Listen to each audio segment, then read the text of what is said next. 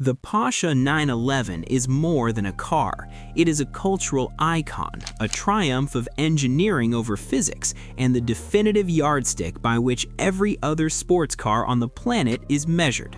For decades, it has been the ultimate goal for enthusiasts. We see them on posters, we see them in films, and we see them effortlessly carving through mountain passes. But there is a massive gap between admiring a 911 from afar and actually signing the title. When you decide to buy a 911, you aren't just purchasing a vehicle, you are subscribing to a lifestyle that comes with its own unique financial ecosystem. Often, people focus entirely on the sticker price, that initial hurdle of 6 figures. However, the true story of owning a 911 isn't written in the showroom, it's written in the service bays, the insurance adjustment offices, and the tire shops. Today, we are going to pull back the curtain on every single cent. We are breaking down the Porsche Tax, the maintenance cycles, the hidden traps of the configurator, and the surprising reality of depreciation. By the end of this, you will know exactly what it costs to keep this legend in your garage.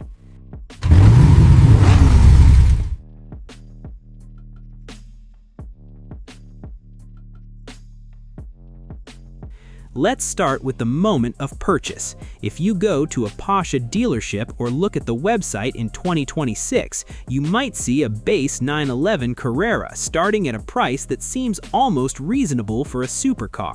But here is the first rule of Porsche: the starting price is a myth. Unlike most manufacturers who bundle features into trim levels, Porsche treats every car as a bespoke project. The options list is where the financial complexity begins. You want the Sport Chrono package because a 911 without that clock on the dashboard feels incomplete. That's nearly $3,000. You want the Sport exhaust so the flat 6 engine can actually sing. That's another $3,000. Then you get into the aesthetics. Porsche will charge you for the color of your seat belts, the material of your sun visors, and even the crest embossed on your headrests. It is remarkably easy to take a $130,000 car and turn it into a $170,000 car without ever upgrading the engine. Furthermore, we have to talk about dealer markups or market adjustments. In the current climate, demand for the 911, especially the S, GTS, and GT3 models, wildly outstrips supply. It is not uncommon for buyers to pay a $20,000 convenience fee just to get an allocation.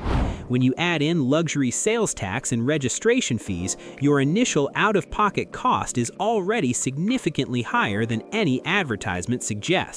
This is the price of admission to the most exclusive club in motoring. Once the car is yours, the Porsche Tax truly begins. Porsche 911s are famous for their reliability, often cited as the only supercar you can truly daily drive. But reliable does not mean cheap. Porsche engineering is precision-based, and precision requires expensive upkeep. The standard maintenance schedule follows a minor and major alternating pattern every 10,000 miles or once a year. A minor service is essentially a glorified oil change and inspection. At a certified dealer, this will cost you between $500 and $800. For context, that's 5 to 10 times what you'd pay for a standard sedan. Why? Because a 911 requires nearly 10 quarts of high-performance synthetic oil and specialized labor to access the engine components tucked tightly into the rear of the chassis. Every 2 years or 20,000 miles, you hit the intermediate service. This includes brake fluid flushes, cabin filter replacements, and more rigorous testing of the cooling systems. Expect to pay between $1,500 and $2,000. Then comes the major service at the 4-year or 40,000-mile mark. This is the one that makes owners sweat. You're looking at new spark plugs, engine air filters, drive belt inspections, and potentially a PDK transmission transmission service. Because of the rear engine layout, changing spark plugs on a 911 is a labor-intensive nightmare that involves removing parts of the rear bumper or heat shields. A dealership will easily charge you $3,500 to $5,000 for this visit alone. Many owners try to circumvent this by going to independent mechanics. While indie shops are fantastic and can save you 30%, there is a catch. The 911 market is obsessed with full Porsche service history, FPHS. When it comes time to sell your car, a buyer will pay a premium for a car that has only been touched by the dealership. Thus, the money you save on maintenance today might actually be money you lose on resale value tomorrow. Physics is the 911's greatest enemy when it comes to your wallet. Because the engine sits over the rear wheels, the car has incredible traction, but it also puts immense stress on the rear tires. A 911 is a staggered setup, meaning the rear tires are much wider than the fronts. If you were driving the car as intended, hitting apexes and enjoying the acceleration, you will be replacing your rear tires every 10,000 to 12,000 miles. You aren't buying budget rubber for a car that can do 190 miles an hour. You are buying Michelin Pilot Sport 4S or Pirelli P0s. A full set of tires, mounted and balanced with a Porsche-specific alignment, will cost you roughly $2,000 to $2,500. If you're a high-mileage driver, this is an annual expense. Then we have the brakes. Porsche brakes are legendary for their stopping power and fade resistance. However, when those rotors and pads wear out, the bill is substantial. A standard brake job for a Carrera S will run about $3,500. But we have to address the elephant in the room: PCCB, or Porsche Ceramic Composite Brakes. They are identified by their massive yellow calipers. They are incredible because they produce almost no brake dust and theoretically last the life of the car under normal street use. However, if you take your car to the track and wear them out, or if a rock chicks a rotor during a tire change, the replacement cost for a set of ceramic rotors is approximately $25,000. It is a cost so high it can actually total an older 911. Beyond the mechanicals, there are the passive costs. Insurance for a 911 is a complex calculation. Insurance companies see a high-value asset that is expensive to repair and capable of high speeds. Even for a middle-aged driver with a perfect record, premiums usually sit between $2,500 and $4,500 per year. If you are in a high-risk zip code or have a single speeding ticket, that number can skyrocket. Then there is the fuel. While the 911 is surprisingly efficient on the highway due to its aerodynamics, it requires 93-octane premium fuel. If you are daily driving, you'll find that the miles per gallon are high, but the actual miles per gallon in the city hover around 16 to 18. In 2026 fuel prices, a 911 owner who drives 10,000 miles a year is looking at roughly $2,500 to $3,000 in fuel costs alone. We also have to consider preservation costs. Most 911 owners are meticulous. They don't just wash their cars, they detail them. To protect that expensive paint from rock chips, almost every owner invests in PPF, paint protection film.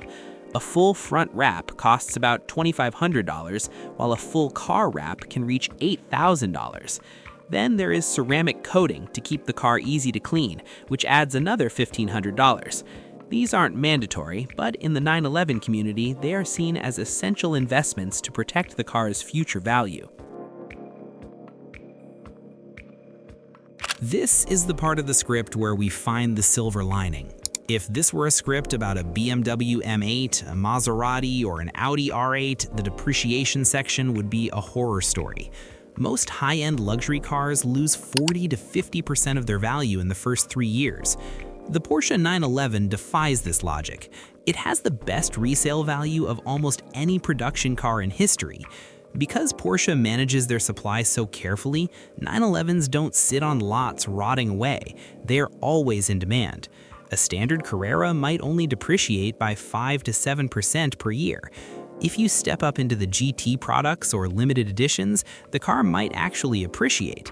Think about it this way. If you buy a 911 for $150,000 and sell it 3 years later for $130,000, your cost of ownership was only $20,000 plus maintenance. If you had bought a $100,000 Mercedes S-Class, it might only be worth $50,000 in 3 years. Paradoxically, the more expensive Porsche is often the cheaper car to own over a long period, because you get so much of your principal back at the end. This is the financial cheat code that 911 owners use to justify the high maintenance costs. Used 911s, different generation, different problems. If you decide to go the used route to save on the entry price, the math changes. If you buy a 997 generation 911, your purchase price might only be $60,000. However, your maintenance costs don't scale down with the price of the car. In fact, they go up. Older 911s face age-related failures. Rubber seals dry out, cooling hoses become brittle, and suspension bushings perish. An older 911 might need a $6,000 engine-out service to address oil leaks, or a $4,000 suspension refresh to bring back that factory handling. While you avoid the massive initial depreciation of a new car, you must keep a war chest of at least $10,000 ready for when, not if, something significant needs attention. The 911 is a reliable car, but it is a complex machine, and age eventually catches up to every complex machine. We've spent a lot of time talking about numbers, but we have to address the psychological cost. Owning a 911 changes how you interact with the world. You become the person who parks at the very back of the parking lot to avoid door dings. You become the person who checks the weather radar before deciding to take the car out. You become the person who spends Saturday mornings at Cars and Coffee talking about oil viscosities and tire pressures. There is also the social cost. Depending on your environment, driving a 911 sends a message. It is a symbol of success, which can bring admiration, but it can also bring unwanted attention or assumptions from neighbors and colleagues. For some, this is part of the appeal. For others, it's a burden. So let's add it all up for a modern 911 over a 5-year ownership period, assuming you drive about 8,000 miles a year. Routine maintenance, $8,000. 2 minors, 1 intermediate, 1 major. Tires, $5,000. 2 full sets. Brakes, $3,500. 1 set of pads and rotors. Insurance, $17,500. $3,500 per year. Fuel, $12,500. $2,500 per year.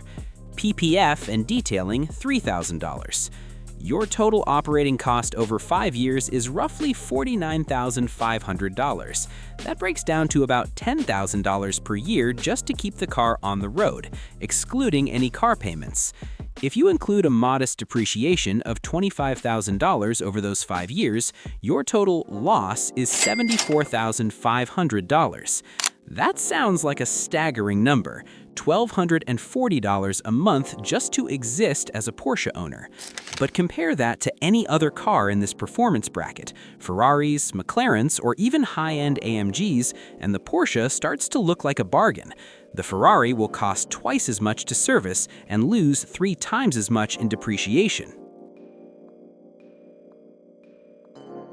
The question remains, is the Porsche 911 worth the Porsche tax? If you look at the car purely as a mode of transportation, the answer is an obvious no. A Toyota Camry will get you to work for a fraction of the cost with none of the stress.